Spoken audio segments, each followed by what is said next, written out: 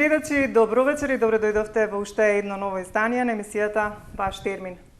Знаете дека во секоја емисија нашата мисија е да ги доставиме оние информации кога се работи за сите ваши проблеми со здравјето во секојдневието, така ќе биде и денес, меѓутоа од еден друг аспект ќе говориме малку повеќе за тоа како ние се храниме, што консумираме и така натаму, бидејќи секогаш кога говориме за многу проблеми со здравјето, нашите доктори, односно оние доктори кои што ни гостуваат во Ваш термин, велат дека здравјето наше и проблемите со здравјето се иницирани од лошата исхрана, од недоволната физичка активност и така натаму.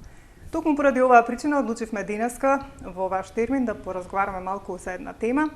Тоа се каротеноидите како функционална храна. Значи, тоа е еден дел само од сето она што ние го внесуваме како храна во секојдневието. За тоа што представуваат каротеноидите, која е функционалната храна и зошто е важна за нас, и се разбира сите оние детали кога станува збор за оваа група на храна, ќе дознаеме од денешниот разговор што ќе го водиме со Татјана Павлова, која што е нутриционист и ни доаѓа од Центарот за здрава храна Дишвиш. За прв пат во Ваш термин, се надевам дека и нешто повеќе ќе кажеме за овој центар, значи, во овој разговор денес и сето на што ви интересира ќе го слушнете во продолжение и ќе се информирате ако нели сакате да искомуницирате, пак знаете, секогаш потенцирам, веќе од утре ќе можете да се јавите во нашата телевизија и да добиете контакт. Татјана, добар ден и добро дојдовте во Ваш термин за прв пат. Добар ден, ви благодарам за поканата. Одамна некако се договараме да кажеме нешто повеќе и за центарот и за нешто што е поврзано со оваа проблематика. Еве, дојде редот, па првин да ни кажете што представува центарот Дишвиш. Дишвиш представува иновативност на македонскиот пазар. Така. Значи, постоиме од 2019 година, односно центарот од тогаш почнува да функционира. Всушност, нашата мисија е како на денешниот брз и модерен начин на живење ние да му излеземе во пресрет. Значи, кај нас клиентите можат да добијат комплет пакети со подготвена храна според одредени правила. Значи, имаме неколку видови на исхрана. Пред се, значи, најактуелна ни се пакетите на хроноисхраната, кои што ги работиме според лиценцираната програма на доктор Ана Гифинг. Потоа тука ни е опфатена вегетаријанската исхрана, а нудиме и менија од традиционалната македонска храна. И секако, значи, ние се стремиме да ги задоволиме вкусовите на сите потрошувачи, па во тек ни се испитување и на некои други менија кои што наскоро ќе бидат достапни на нашата веб страна. Кажавте хроноисхраната, веќе од, како да кажам, од поново време некако ни е позната. Обично кај кои клиенти тоа го посочувате? За какви проблеми ја посочувате хроноисхраната, например? Хроноисхраната? Дали може би за некои посебни здравствени проблеми или пак само може би ете чисто за слабење, ако некој сака или да ги намали килограмите? Хроноисхраната кај неа интересно е што е поделена на два процеси, како би ги кажала. Најпрво е рестриктивниот период, а потоа е вон рестриктивниот период. Хронопрограмата, значи, представува исхрана според временски интервал на часови. Значи, во хроноисхраната се знае точно кога е појадокот, кога е ручекот и кога е вечерата. Односно, сите тие три оброка се на растојание од 4 до 5 часа. Рестриктивниот период, секогаш се започнува со рестриктивниот период, тој представува, во принцип се користи 28 дена и представува чистење на организмот. И во тој период, во принцип, веќе се губат килограми. Најпрво, кога сакаме да изгубиме килограми, се почнува со рестриктивниот период. Кога ќе ја постигнеме посакуваната телесна тежина, веќе идеме со регуларната хроноисхрана, односно одржување. Хроноисхраната е интересна бидејќи, како што ви реков, точно се знае кој оброк кога е и точно се знае кој оброк од што е составен. Што би рекла, значи веќе на гледачите верувам дека им е добро позната како функционира. Појадокот е најобилниот, бидејќи нас и секогаш во секој вид исхрана јас би препорачала појадокот да биде најобилен, бидејќи наутро нас не треба најповеќе енергија. Да. Така. Значи тој е составен и од јаглени хидрати, и од протеини, и од масти. Во хроноисхраната дозволено е нивно мешање. Потоа, ручекот се состои веќе од протеин и салата, и тоа одреден вид салата.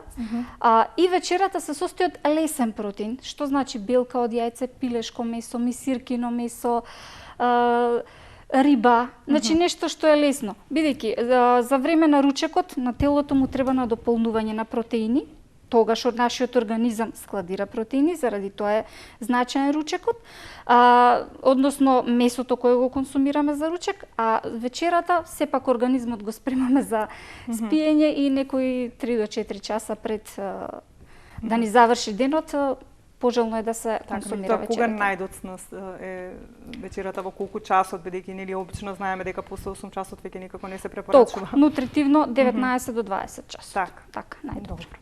Ајде да преминеме на онаа тема за која што одлучивме денес да говориме, кажав каротеноидите како функционална храна. Па ајде да објасниме да нашите гледачи што представуваат каротеноидите, што се каротеноиди.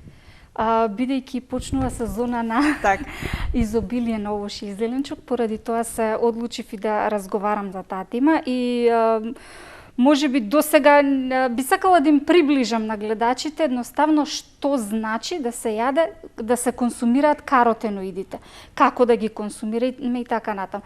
Овошјето и зеленчукот се едноставно неизбежен дел од нашата секојдневна исхрана. Каротеноидите всушност се пигменти кои што се наоѓаат во растителната клетка и се одговорни за бојата на овошјето и зеленчукот. Значи, они се многу интересни бидејќи јас ке речам само природата може тоа да го стори, едноставно се слепени за клетките на хлорофилот. Имаат одредена функција и од тука, значи, оние даваат бојата на овошјето и зеленчукот. И во принцип се движат оние овошји и зеленчуци од жолта до црвена боја. Значи, тие содржат најголема количина на каротеноиди. Значи, како што ги кажа ботанички, они представуваат пигменти, меѓутоа за науката за храна, они представуваат биоактивни компоненти. Вака би кажала, значи, како што расте свеста, нели, за консумирање на здрава храна, да водиме здрав начин на живот, луѓето све повеќе се стремат да консумираат храна која што има некаков здравствен бенефит или пак би им подобрила некои состојби. И сега, тие компоненти велиме дека се биоактивни компоненти. Значи, нивното влијание не се гледа колку се они сконцентрирани во храната, туку колку они не штитат нас од одредени дегенеративни состојби, би кажал. Со биоактивните компоненти се занимава одредена храна, која што е, велиме, функционална храна. Затоа рековме каротеноидите како функционална храна. Функционалната храна за прв пат како постулат е поставена во 1980 година во Јапонија. Значи, почетоците се од тогаш. И таа има за цел, значи, да не ги обезбеди сите есенцијални материи кои што ни требаат во текот на денот, и од една страна, а од друга страна да ги подобри одредени состојби на организмот и да не штити од оној оксидативен стрес, што би рекли. Например, преку консумирање на овошје и зеленчук, ние што внесуваме? Внесуваме храна богата со диетални влакна, храна богата со витамини и вода. Диеталните влакна, значи, најчесто влијаат на намалување на шекерот во крвта, на намалување на холестеролот. Витамините се имуностимулатори, нели сега постојано велиме да се јаде витаминска храна и да се намалат шекерите, да се консумира достатечност и така натаму. Значи, со консумацијата на овошјето и зеленчукот ние ги внесуваме воедно 3 компоненти кои што се доста значени за нашето здравје пред се. Помеѓу тие биоактивни компоненти влегуваат и каротеноидите. Значи, тие влегуваат во она што го кажавте функционална храна. Значи, во тоа семејство на функционална храна влегуваат биофлавоноидите, влегуваат витамините, каротеноидите, антоцијаните, значи и сите тие антиоксиданси обично се поврзани со бојата на овошјето и зеленчукот. Меѓутоа, каротеноидите се движат, значи, од жолта, рековме, портокалова, па све до црвена боја. Нас не се и всушност познати, сега кога ќе ги споменам поединечно, значи, и кога би кажала за секој од нив по нешто, всушност ние секојдневно ги консумираме во нашата историја. Ајде, кажете ни вака во кој овошје и зеленчук всушност ги содржат овие каротеноиди. Кажавме од жолта па до црвена боја, меѓутоа и вака за информација да знаеме кои се тие. Сега ќе ги споменам поединечно, како се поделени. Добро. И од тука ќе извлечеме секој каротеноид, ете така. Значи каротеноидите, каротен, што би значило. Значи најпознат обично тоа ми асоцира на морков. На морков. Убаво кажавте. Значи они се поделени на каротени и ксантофили. Те се тоа во зависност од хемиската структура. Накратко само би спомнала дека они представуваат хемиски оние големи верижни молекули кои што имаат помеѓу себе двојни врски и така натаму. Меѓутоа се разликуваат по оној бензенов прстен што го имаат на крај, меѓутоа сепак тоа е многу поважно за науката отколку за оние кои што сакаат да ги консумираат. Значи, они се поделени, би ги спомнала неколку кои што се значајни и кои што ги има доста во исхраната што ја имаме пред се на нашето поднебие. Значи, тук тоа се бета-каротенот, ликопенот, зеаксантин, лутеин и сега на нешто поатрактивен станува астарсантин. Меѓутоа за тоа прв пат слушам. Ете, така ќе го споменеме, така. Па би почнала од бета-каротенот. Ајде, да. Тоа претпоставам дека во морковот сигурно се наоѓа. Точно. Значи, бета-каротенот се наоѓа во овош и зеленчук кој што има портокалова боја. Тука би рекле морковот, портокалот, праската и кајсијата и така натаму. Меѓутоа што е интересно, значи доста голем процент се наоѓа во лиснатиот зеленчук. Правено истражување според одредени методи колку го има во спанаќот и прокејот. Значи подоцна ќе ги спомнам лутеинот и зеаксантинот. Меѓутоа, доколку лутеин и зеаксантин содржат 80%, се докажало дека 30% отпаѓа на бета-каротенот. Многу е интересно за каротеноидите.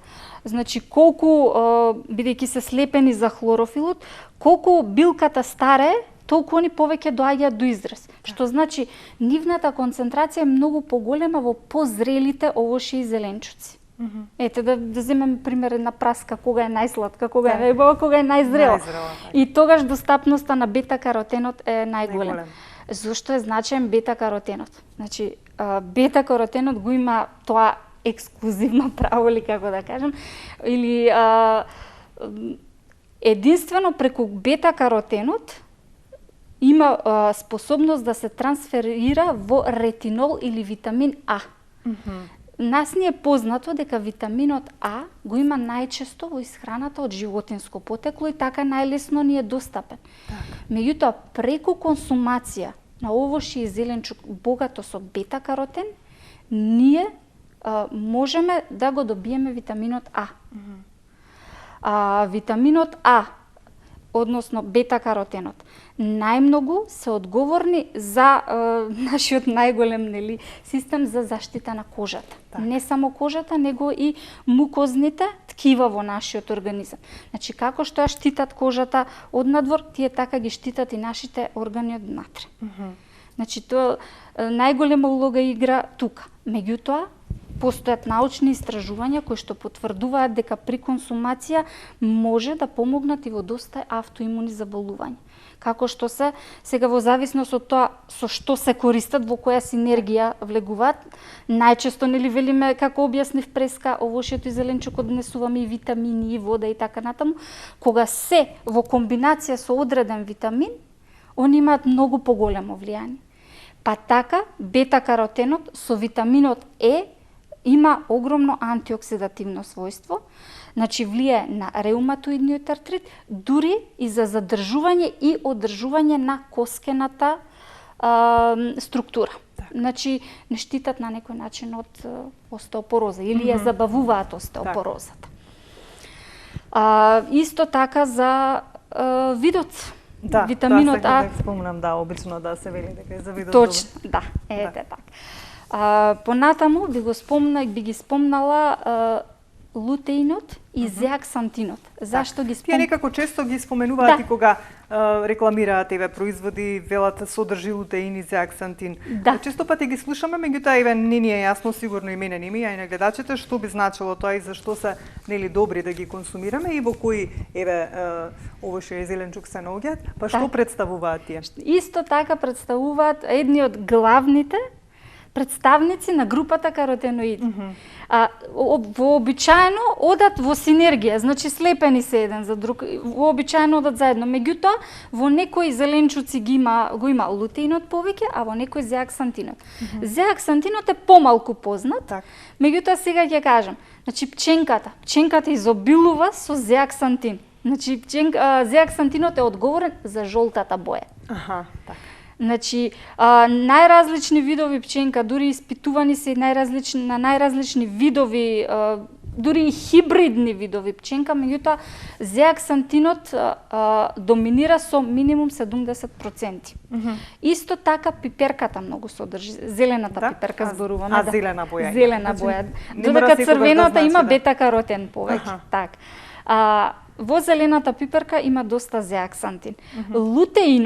Лутеинот е пак одговорен за интензивно зелената боја во овошјата и зеленчуците. Значи, Макдонос, келј, блитва, спанаќ, значи, они се во изобилие содржат лутеин. Лутеинот, значи, содржат и зеаксантин, меѓутоа доминира лутеинот. Како што рековме, значи одговорен е за зелената боја на зеленчуците. Лутеинот и зеаксантинот се одговорни буквално за макуларната деградација. И како велиме, кога се препорачува, дури и суплементарно се препорачува кај постарите лица, кога веќе острината на видот се забавува, кога веќе се јавува катаракта и така понатаму, значи тука интензивно се препорачува да се зима храна богата со зеаксантин и лутеин. Тука игра најголема улога. Меѓутоа, исто така игра голема улога во одржување, во заштитата на кожата. Така. Значи, колку што можам да забележам, впрочем, сите овие, како да кажам, каротеноиди играат, имаат иста улога во однос на тоа што нели како придобивка можеме ние од нив да имаме. И кога кажавте за видот и за кожата и за внатрешните нели оние бета-каротенот најповеќе за кожата би кажала. Дури и штитиот. Затоа велим нели најчесто кога се сончаме се мачкаме со препарати. Да, и самите препарати пишува бета-каротен така. Дури и штитат за рак на кожа. Некои мораат дури да го пијат суплементарно пред да излезат на сонце, во зависност од осетливоста на кожата. Така. Додека лутеинот и зеаксантинот многу повеќе одговараат за видот. Кога веќе го споменавте во однос на заштита од сонце, дали би можел да се препорача на лица кои што се алергични на сонце? Дали како да кажам, би можел да заштити во некоја... Да, и тоа како? Па токму нив ги спомнав. Значи, токму кај нив се препорачува пред... Јас сега не знам... Во таблетарна терапија, како таблетарна терапија, пред да бидат изложени на сонце. Добро ова да се знае, јас прв пат го слушам. Така, а лиснатиот зеленчук, значи мораме да го консумираме поради очите. Да. Значи за да ни се задржи острината на видот и да не заштити од деградација. Спанаќ, брокула, прокеј, блитва, дали тука спаѓа марулата? Марула, секако. Значи се што е зелено, значи изобилува со лутеин. И зеаксантин, меѓутоа во помала концентрација. Сега би го спомнала веќе научно докажано еден од најмокните каротеноиди, тоа е ликопенот. Многу науката не му обрнувала внимание, значи давала секогаш предност на бета-каротенот, токму поради онос... Тоа е како да кажам, секогаш доминира во сите искажувања кога станува збор за каротеноиди. Меѓутоа, ликопенот во последно време се повеќе представува предмет на истражувањата и многу се обрнува внимание. ликопенот е всушност црвениот каротеноид. Така го велиме. Така. Црвен каротеноид, значи кој што го има во црвеното овошје и зеленчук. Многу интересен, бидејќи најголемата концентрација му е точно во кората на овошјето и зеленчукот. Дури и ги штити од распаѓање од сончевите зраци и така натаму. Каде го имаме најповеќе? Најповеќе го имаме во доматите. Така. Да, доматите се. Доматите се најголемиот така извор. Најголемиот извор на ликопен. Најголема концентрација им. Зошто го спомнувам ликопенот? Ликопенот особено е значено за машката популација. Колку поголеми количини се користи, толку повеќе штити од рак на простата. Значи, не само тоа, туку ја подобрува морфологијата на сперматозоидите, ја подобрува плодноста ликопенот. Поради тоа, значи, е толку прочуен во последно време, би кажал. Значи, еликсир на машкото здравје. Машката популација повеќе да јаде домати. Така. Правено едно истражување што мене така ми остави впечаток истражувајќи за ликопенот, значи истражувањето е од институтот во Харвард. Значи 10 години наназад испитувани 48.000 маши. Значи тоа е навистина голема бројка. Така, голема бројка. Консумирале не само домати, него и преработки каде што се содржи доматот. За 30% е откриено дека го намалува ризикот за рак на простата. Исто така, многу е значено да се користи во синергија, односно како што спомнав преска за бета-каротенот, и кај него е многу значено да се користи во синергија со витаминот Е. Интересен е ликопенот што од сите каротеноиди најповеќе се задржува во крвта на човекот. Така. Значи, откако ќе го консумираме, најповеќе ни се задржува во крвта.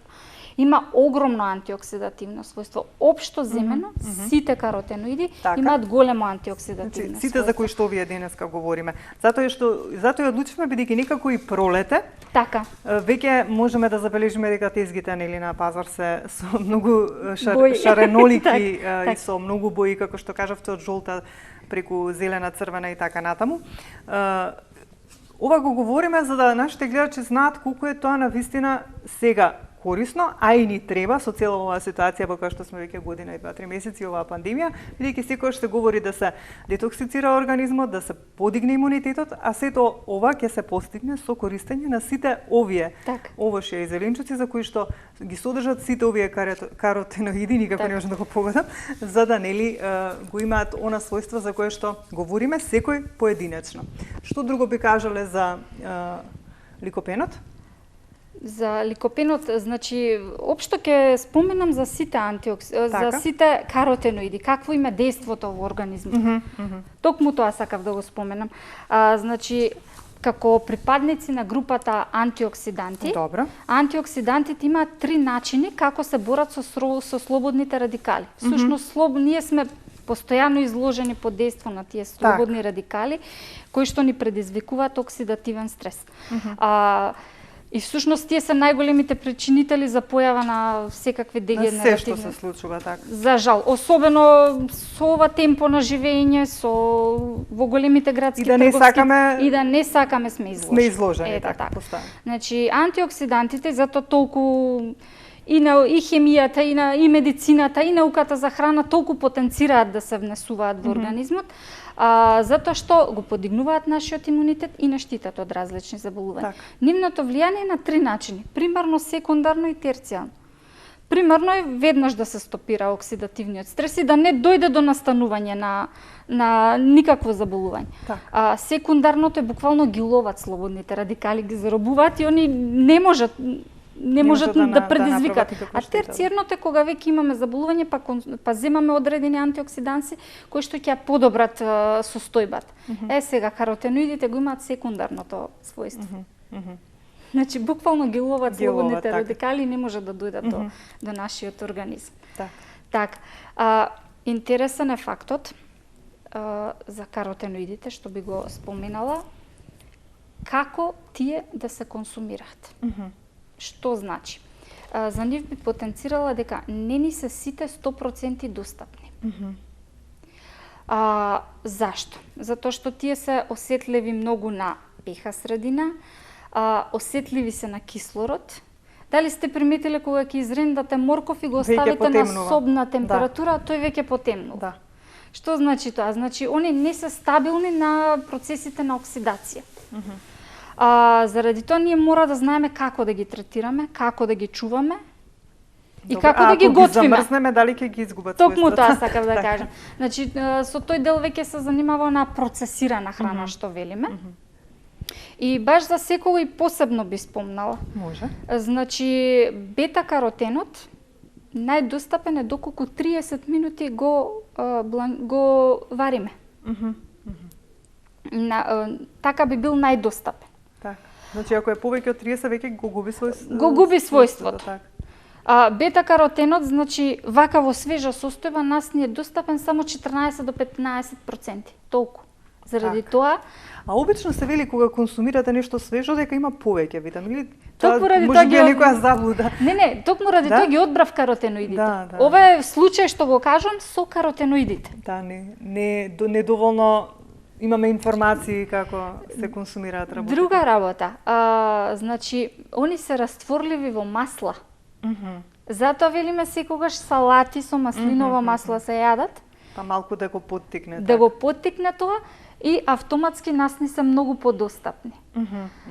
Тоа би значило, се извинувам вака сега што во говорот, меѓутоа тоа би значило ако изриндаме ние нели морковче, еве цвекло или така натаму и ако му ставиме малце маслиново масло, дека тоа би значило исто како да е подварено на некој начин, ќе го исцрпи бета-каротен. На организмот ќе му биде подостапен, точно.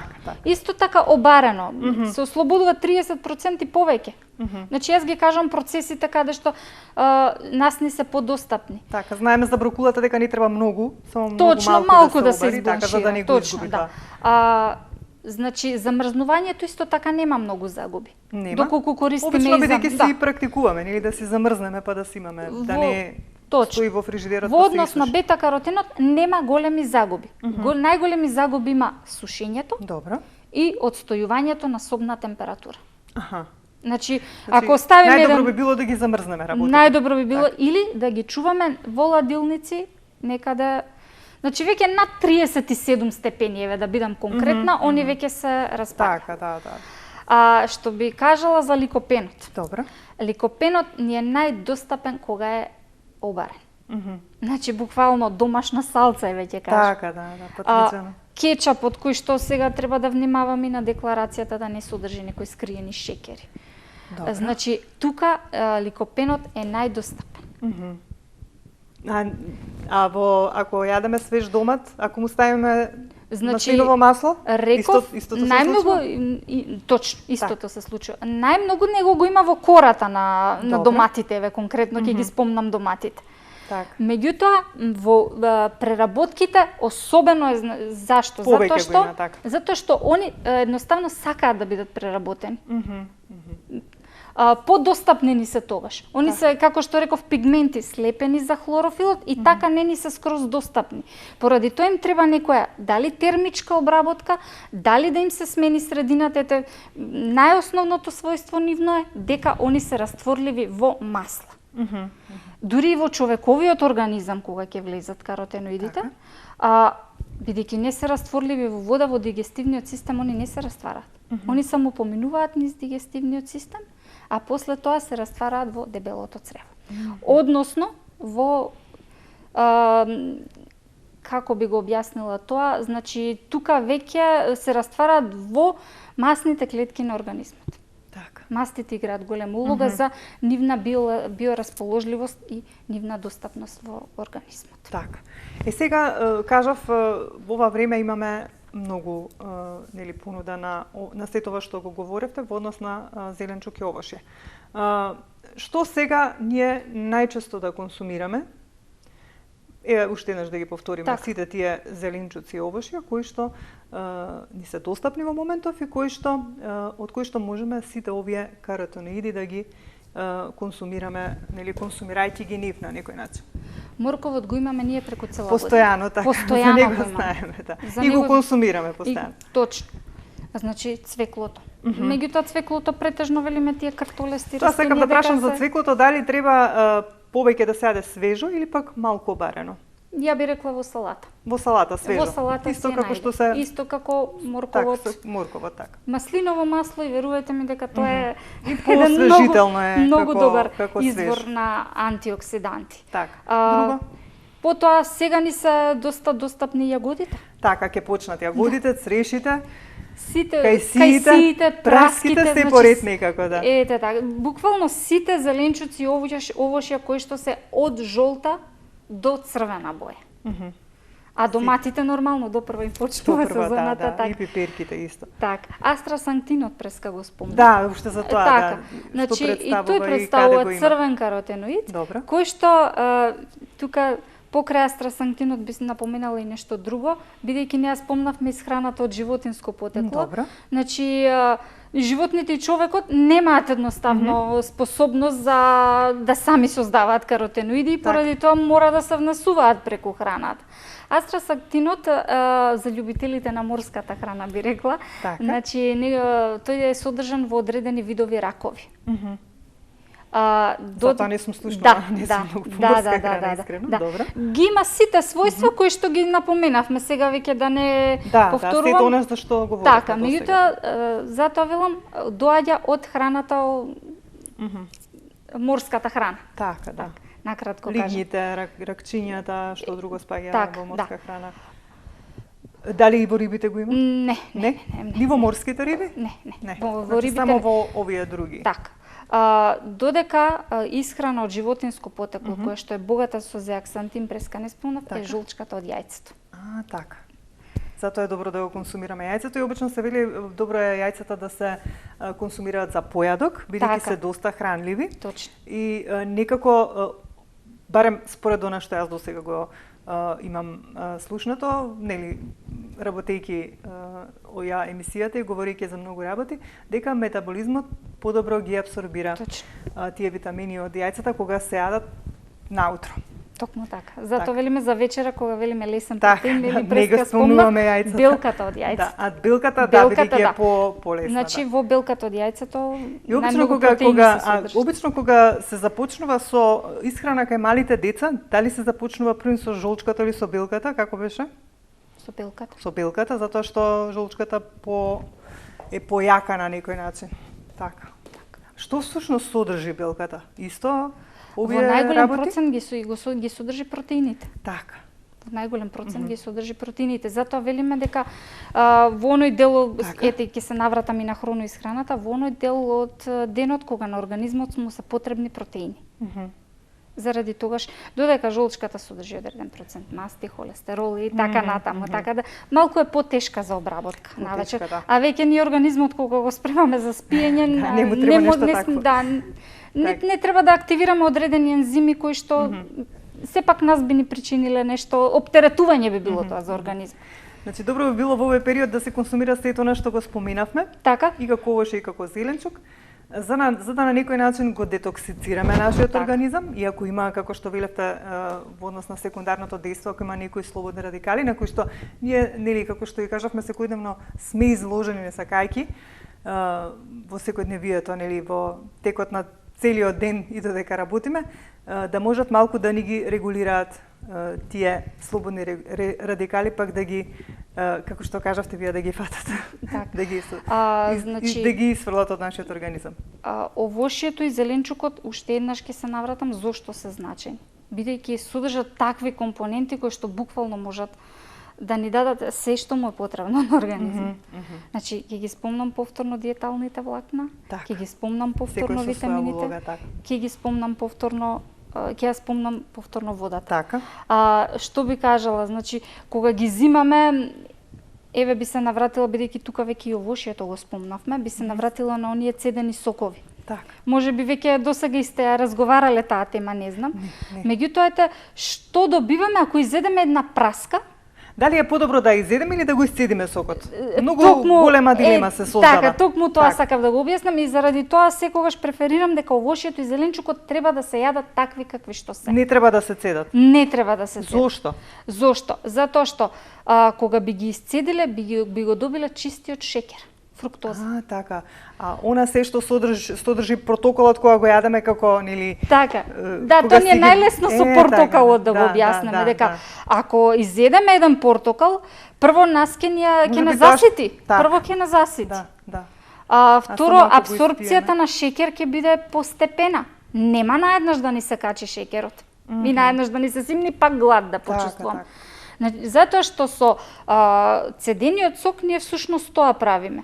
Внесуваме шеќер, наеднаш добиваме енергија и после кратко време ние сме гладни. Значи, нагло се качил шеќерот и многу брзо се спуштил. А додека го изедеме портокалот, пак ќе речем, прво ситоста не ја задоволува. Не ја задоволува потребата со диетални влакна. Не ја задоволува потребата со витамини и не ја задоволува потребата за вода. Значи го консумираме сето она што треба да го исконсумираме, не само сокот. Токму така. Заради тоа овошјето и зеленчукот секогаш велам да се користат свежи и сепак природата колку им дозволува, дали бидејќи портокалот и лимонот содржат корупки кои што мораме да ги извадиме. Меѓутоа, оној дел што е јадлив, да се користи таков каков што е. И сега ова за кој што говориме цело време, бидејќи тука сме некаде при крајот, е корисно за секој од нас. За секој од нас, така. Значи, и за некој кој што има можеби проблем одреден и за некој кој што нема.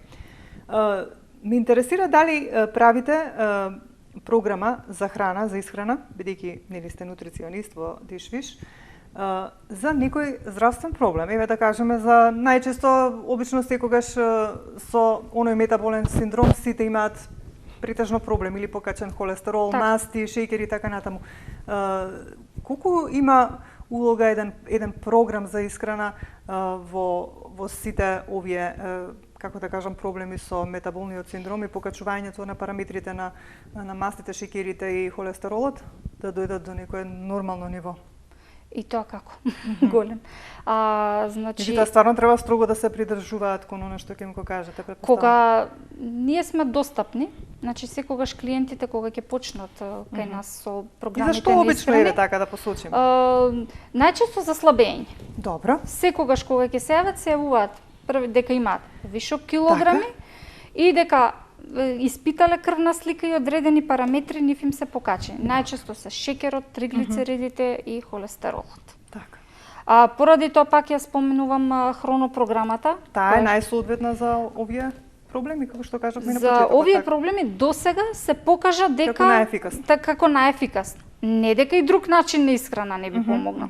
Например, доколку некој има ево границите на нормална телесна тежина, а некој од овие други параметри се покачени, значи се удира акцент, например, доколку е холестеролот покачен, можем да препорачам храна побогата со диетални влакна.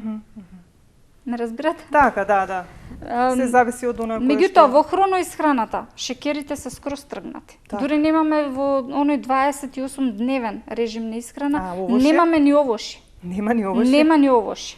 Значи, добро, шеќерите како воопшто, бидејќи претпоставам дека во текот на денот потребен е и малку шеќер, нели? Јаглените хидрати се задоволуваат со појадокот, со соодветниот избор на интегрални брашна кои што ги користиме за изготвување. Шеќерите се, односно јаглените хидрати се друга категорија што би ја разговарале во некоја наредна прилика и они се делат на прости и сложени. Простите шеќери се всушност тие што нас не го прават проблем. А сложените шеќери, значи кога е хроноисхраната во прашање, најчесто ги има, не најчесто него ги има во интегралните брашна кои што ние ги користиме. А само бидејќи ептен сме на крајот, би сакала да прашам хроноисхраната кога веќе кај вас некој ќе побара нели да практикува, дали бидејќи кажавте дека сте и доставувате храна, дали вие им посочувате од таму нешто што да консумираат или пак може и да се комбинираат нешто? Ние посочуваме, бидејќи нашата програма функционира од понеделник до петок, односно во работните денови. Тогаш од нас добиваат точно определен појадок, точно определен ручек и точно определена вечер. Доставата е наша. Значи, вие им доставувате? Ние им доставуваме, така. Значи, комплетната програма е наша. Нудиме нутриционистичка потпора и достава и комплетен пакет. Додека за време на викендите и празниците даваме препораки што можат сами да се Сами да се консумираат, подготват дома, меѓутоа сепак да биде во режимот на хроноисхраната, да не одстапуваат со цел да ги добијат ефектите. Так. Тања, тука веќе ќе мора да завршиме. Така. Завршиме многу работи и мене ми станаа јасни. Така. Нели од ова сето што денес го говоревме и добро е и нашите гледачи се тоа да го слушнат, за да знаат во суштина што представуваат каротиноидите, значи зашто се корисни, што можат како бенефит да имаат во нашиот организам и нели уште еднаш да посочиме и да им дадеме совет на нашите гледачи да јадат што повеќе овошје и зеленчук. Во свежа состојба. Ти благодарам, да, ти благодарам многу, соработката еве останува, па во некое следно издание па ќе направиме некоја информативна емисија во однос на некои други еве како што споменавте или јаглени хидрати или така натаму, нешто што исто така би било значање да се достави како информација. Ви благодарам и посакувам успех. Ви благодарам и на вас на поканата. Поздрав до гледачите. Почитувани гледачи, тука и јас ќе ве поздравам за денес. Се надевам дека бевме интересни и го задржавме вашето внимание. Ако е така, тогаш секако ќе не следите и за 7 дена во исто време. Ве оставам во убаво расположение, имете добро здравје и се разбира, чувајте се и грижите се за своето здравје.